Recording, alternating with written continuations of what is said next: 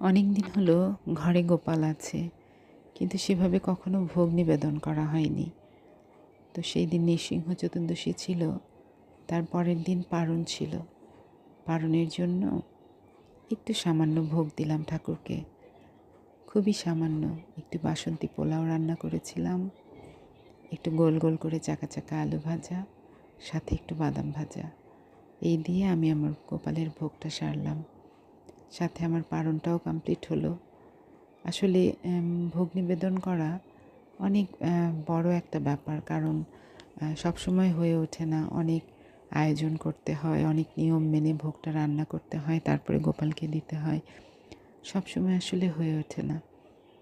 চাকরি করা, সব কিছু মেনটেন করে ঠাকুরের নিবেদন করা ভোগ কষ্টকরই হয়ে যায়। তারপরেও চেষ্টা করলাম। আর এই মাটির থালাটা আমি কয়েকদিন আগে একটা মেলা থেকে কিনেছিলাম। তো মনে হলো যে ঠাকুরকে দিয়ে এটা আমি শুরু করি। যদিও মাটির বাসনে একবারই দেওয়া যাবে, আর দেওয়া যাবে না। তো তারপরেও এটাতেই আমি ভোগ নিবেদন করলাম ঠাকুরকে। কেমন হলো সকলে বলবেন। আর ভোগ দর্শনে নাকি দুর্ভোগ কমে। তো সেই জন্য সবার জন্য অনেক শুভকামনা।